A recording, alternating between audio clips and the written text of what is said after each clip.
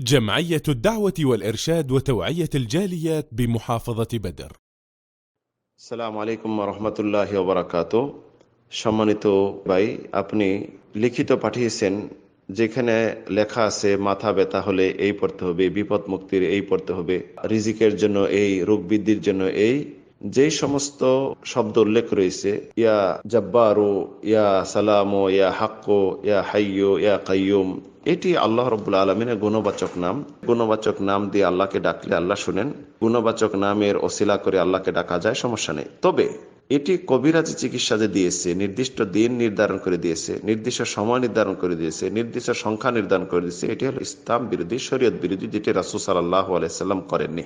এমন রাসূল সাল্লাম বলেননি যে মাথা ব্যথা হলে এটা পড়বে, পেট ব্যথা হলে হবে, রিজিকের জন্য এই পড়বে।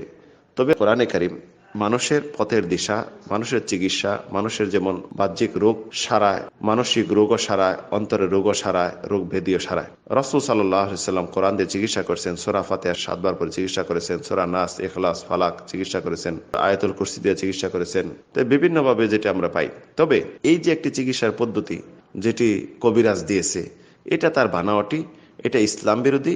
ইসলাম এরকম ভাবে নির্দিষ্ট করে বলে দেননি যে এই পড়লে এই হবে, এই এতবার পড়লে এটা হবে। এটা সম্পূর্ণ মিথ্যা কথা। এই অনুযায়ী কেউ যদি আমল করে, তার রোগ তো সারবে দূরের কথা, আরো রোগ বৃদ্ধি বাড়ারও কারণ হবে। কারণ সে এর উপর নির্ভর করবে যে আমার আর কোনো চিকিৎসা দরকার নেই, শুধু ইয়া হাইয়্যু বলে ডাকবো, ইয়া হাক্কু বলে ডাকবো, বা ইয়া রাফিউ, ইয়া জাব্বারও বলে ডাকবো, এটা আমার চিকিৎসা। তখন এর কারণে, এর উপর ভরসা, সম্পূর্ণ ভরসা করার কারণে তার রোগ আরো বৃদ্ধি পাবে, রোগ আর সারবে না। আল্লাহু আ'লাম। সাল্লাল্লাহু